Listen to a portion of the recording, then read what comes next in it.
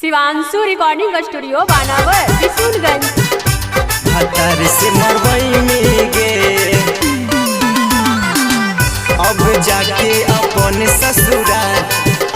भतर से मरवई में गे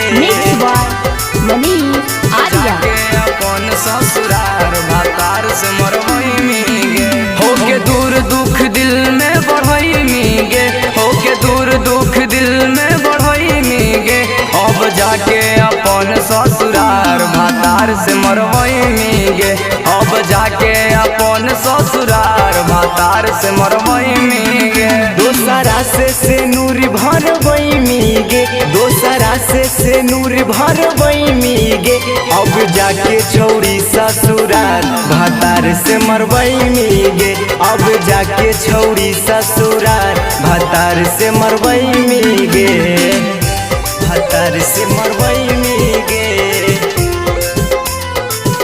अब जाके अपन ससुराल। भतार से मरवई में गे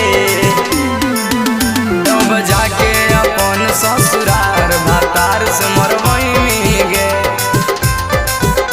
अब जाके अपन ससुराल। भतार से मरवई में गे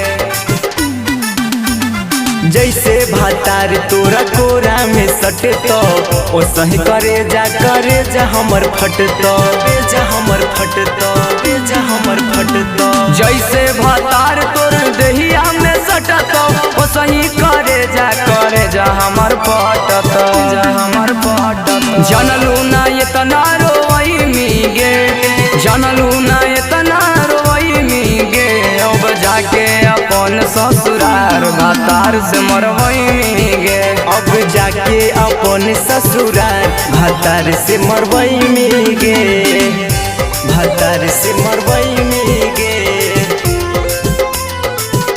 अब जाके अपन ससुराल। भतार से मरवई में गे अब जाके अपन ससुराल। भतार से मरवई में गे अब जाके अपन ससुराल। भतार से मरवई में गे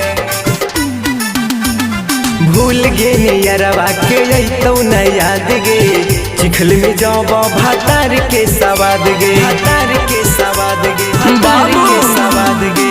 भूल गे यारवा के अइतौ न याद गे चिखले में अब तू भतार के सवाद गे भतार के सवाद। प्रेमी रजनीश के अब कुहू कई में गे टूनी टाइगर के अब कुहा कई में गे छौड़ी जाके अपन ससुराल। भतार से मरवई में गे अब जाके अपन ससुराल। भतार से मरवई में गे।